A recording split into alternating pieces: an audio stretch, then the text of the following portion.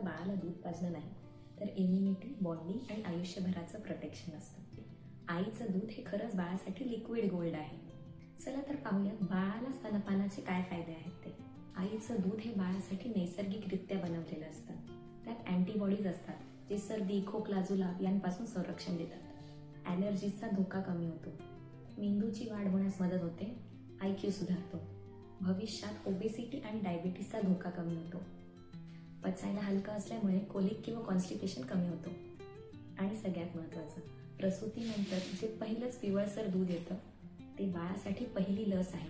त्यामुळे ते दूध नवजात शिशूला मिळालंच पाहिजे. आता पाहूया स्तनपानामुळे आईसाठी काय फायदे असू शकतात.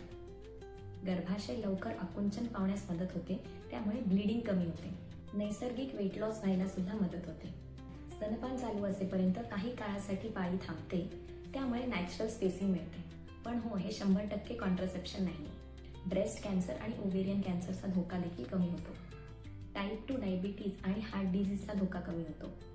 म्हणूनच स्तनपान हे आईसाठी दीर्घकालीन प्रोटेक्शन मानलं जातं. आता काही महत्त्वाच्या टिप्स सांगते. डिलिव्हरीनंतर 1 तासाच्या आत स्तनपान सुरू करा. 6 महिने फक्त एक्सक्लुझिव्ह ब्रेस्ट फीडिंग. त्यामध्ये पाणी, मध, घुट्टी अशा कोणत्याही गोष्टी नाही द्यायच्या. आईचं दूध यामध्ये जास्तीत जास्त प्रमाणात पाणीच असतं, त्यामुळे आईनं पुरेसं पाणी आणि संतुलित आहार म्हणजेच बॅलन्स डाएट घ्यावं. दूध कमी येत असेल, निप्पलला जखम असेल किंवा स्तनपान करताना वेदना होत असतील तर लवकरच तज्ज्ञांचा सल्ला घ्या. मदत मागायला अजिबात संकोच करू नका.